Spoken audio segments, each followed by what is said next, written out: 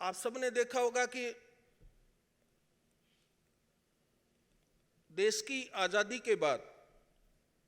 1950 में जब हमने संविधान को स्वीकार किया, उस संविधान में तीन जिन पिलर्स को अलग से आइडेंटिफाई किया गया, लेजिस्लेचर को, एग्जीक्यूटिव को और जुडिशरी को, कार्यपालिका को, न्यायपालिका को और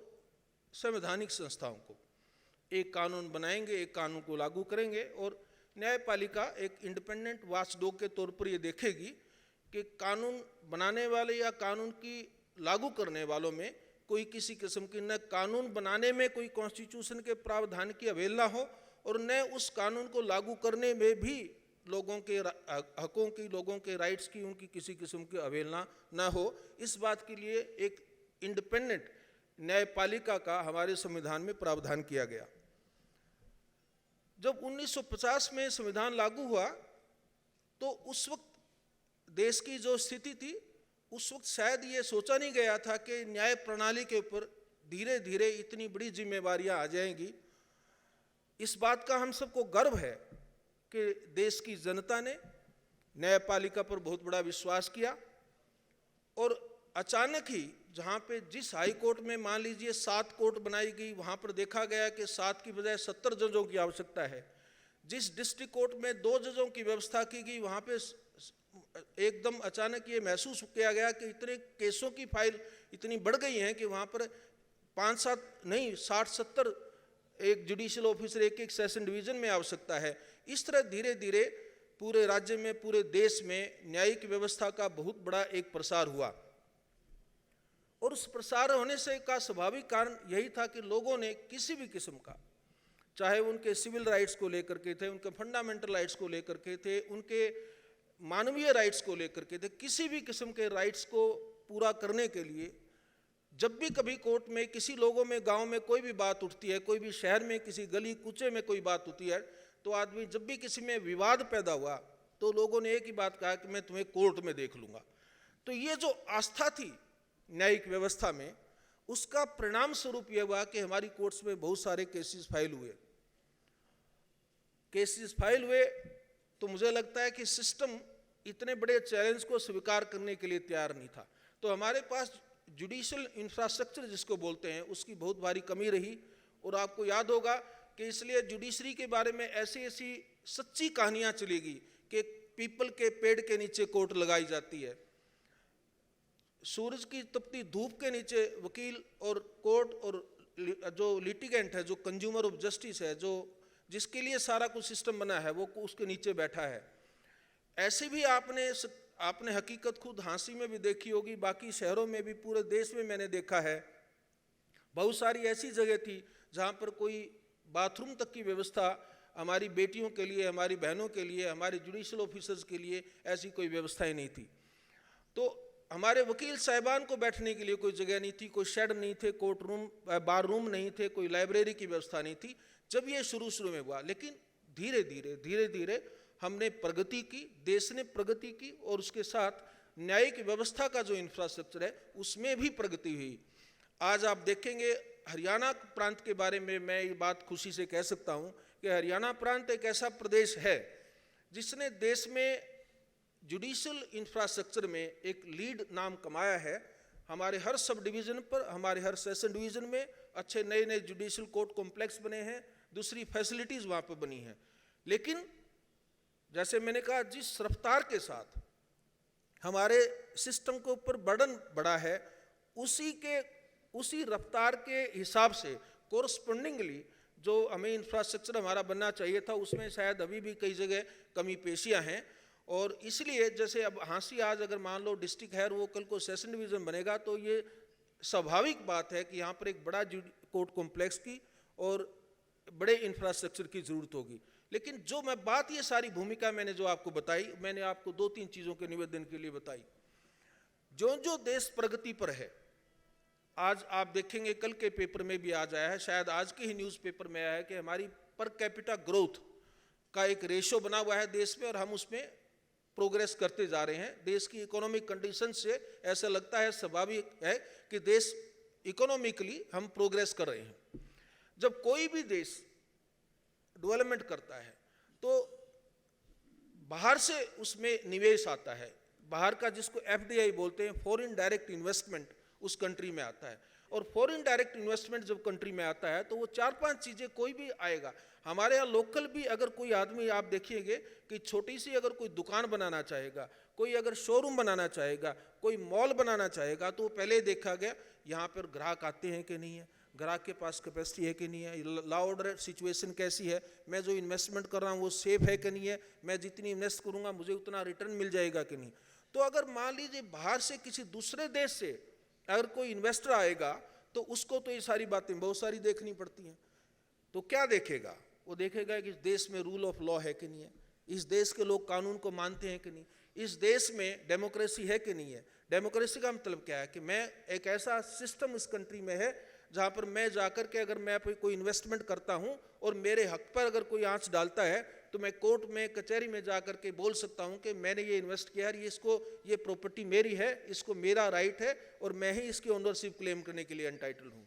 तो democratic values, rule of law, adherence to governance और एक इंडिपेंडेंट जुडिशरी, उसमें सबसे पहले नाम आ जाता है कि उस देश में इंडिपेंडेंट जुडिशरी है कि नहीं है। अगर इंडिपेंडेंट जुडिशरी है, अगर रूल ऑफ लॉ है, अगर डेमोक्रेटिक वैल्यूज में लोगों की आस्था है, तो बाहर का लोग अट्रैक्ट होकर के इस देश में आकर के इन्वेस्टमेंट करेगा। अगर जब इन्वेस्टमेंट कोई करता है, जब व्यापार बढ़ता है, तो व्यापार के साथ झगड़े भी बढ़ते हैं। ये स्वाभाविक बात है, कॉन्ट्रैक्ट होगा, कॉन्ट्रैक्ट में कई बार 2 पार्टीज के बीच में डिस्प्यूट भी होगा। तो इस कंट्री में लिटिगेशन का सिनेरियो धीरे धीरे बदलता जा रहा है। और वो सिनेरियो क्या बदलता जा रहा है, पहले आपने देखा होगा कि हमारी कोर्ट कचहरी में ज़्यादातर आमतौर पर क्या होता था कि छोटे मोटे गांव में कोई झगड़ा हो गया, उसका बेल का मैटर आ गया, बेल के बाद कोई ट्रायल आ गई, ट्रायल में अगर समझौता हो गया तो ठीक है, नहीं तो ट्रायल चलेगी। गांव में पानी को लेकर के, खेत में पानी को लेकर के झगड़ा हो गया, किसी की गली में लेकर के दरवाज़ा खोलना है, खिड़की लगानी है, इस बात का झगड़ा हो गया। लेकिन मैं आज भाई और बहनों आपको ये बात बताने के लिए हूँ कि इस वक्त सारे कंट्री में जो नेचर ऑफ लिटिगेशन है उसका धीरे धीरे ट्रेंड बदल रहा है। और वो ट्रेंड बदल रहा है कि कमर्शियल लिटिगेशन की तरफ इस वक्त झुकाव है। जो ही देश की इकोनॉमिक कंडीशंस इंप्रूव करती है, जो देश में लॉ एंड ऑर्डर बेटर होगा, जिस देश में जुडिशरी इंडिपेंडेंट होगी, जिस देश में एक बहुत अच्छी जागरूक बार होगी, तो उस देश में बाकी लोगों के, बाकी देश के, दूसरे देश विदेश से लोग आकर के इन्वेस्टमेंट करेंगे। इन्वेस्टमेंट करते हैं तो कमर्शियल लिटिगेशन उससे जनरेट होती है। तो जब कोई भी कमर्शियल किसी नए किस्म की लिटिगेशन अगर आती है तो उसके लिए क्या करना पड़ता है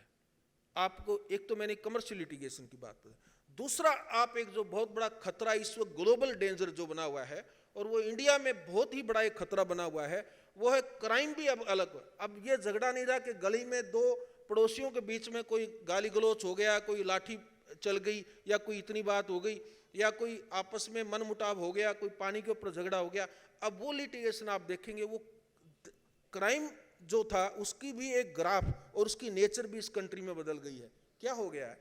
साइबर क्राइम आ गया बहुत ज्यादा। हम लोग जितना टेक्नोलॉजिकल एडवांसमेंट देश में हुआ, उसकी वजह से साइबर क्राइम भी बहुत ज्यादा कंट्री में आ गया है। आपने पीछे कुछ पढ़ा होगा पेपर में, डिजिटल अरेस्ट के नाम से एक नया, एक बहुत खतरनाक किस्म का एक क्राइम शुरू हुआ है, जिसको लेकर के मैंने खुद संज्ञान लिया है और उसमें हम कुछ कोशिश कर रहे हैं कि उसके थ्रू किसी तरह देश में उसका किसी तरह रोका जाए। लेकिन आप अंदाजा लगाइए, साइबर क्राइम से 55,000 करोड़ से ज्यादा इस देश के लोगों का, इनोसेंट लोगों का पैसा जो पढ़ने में मुझे आया है, उसका कोई ऑफिशियल डाटा तो मेरे पास नहीं है, लेकिन जो बताया जा रहा है कि हजारों करोड़ रुपया इनोसेंट लोगों का, और पर्टिकुलरली डिजिटल अरेस्ट के नाम पर सीनियर सिटीजन से कई हजार करोड़ रुपया इस कंट्री से लूट करके, एक्सटोर्शन करके उसको देश से बाहर कहीं ले जाया जाता है। इतना बड़ा क्राइम सिंडिकेट, इतना बड़ा इंटरनेशनल क्राइम रैकेट इसमें बना हुआ है। तो आपके सामने 2 किस्म के चैलेंज, सिविल साइड के लिटिगेशन में आपको कमर्शियल लिटिगेशन को कैसे आपको इस लेवल पे, जो आपके सब डिवीजन और सेशन डिवीजन के लेवल पे, डिस्ट्रिक्ट लेवल पे जो लिटिगेशन हो, उसके लिए आपको रेडी रहना पड़ेगा मॉडर्न डे टेक्नोलॉजी के साथ।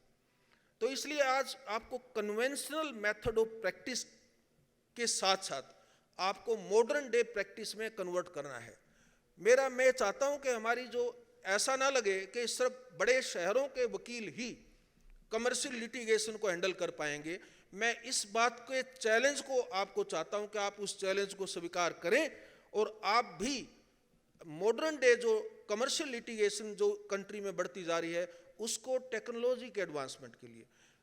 कैसे ई फाइलिंग होगा, कैसे ई नोटिस जारी होंगे, कैसे आप ई से रिटर्न ऑनलाइन आप रिटर्न स्टेटमेंट फाइल करेंगे, ऑनलाइन ही आर्गूमेंट कैसे करेंगे, ऑनलाइन आप सारा कुछ एविडेंस कैसे लीड करेंगे, डिजिटल एविडेंस कैसे लीड करेंगे, डिजिटल एविडेंस की एडमिसिबिलिटी क्या होगी, इनएडमिसिबिलिटी क्या होगी। मेरी जो अनुरोध और मैं जो एक हमेशा अपील करता हूं वो सब डिवीजन लेवल पे, डिस्ट्रिक्ट लेवल पे,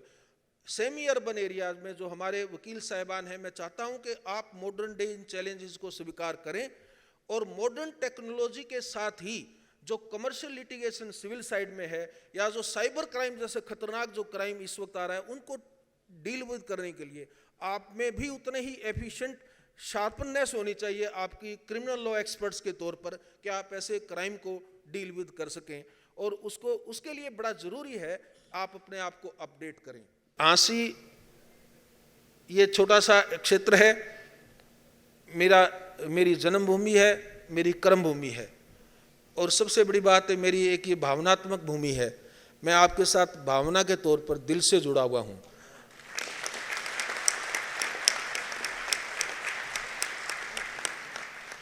किसी जुडिशल इंस्टीट्यूशन की भलाई के लिए,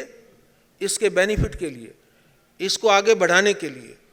मैं अगर जो भी कुछ कर सकता हूं आप निसंकोच मुझे लिखिएगा, मैं आपके लिए हमेशा तैयार हूं।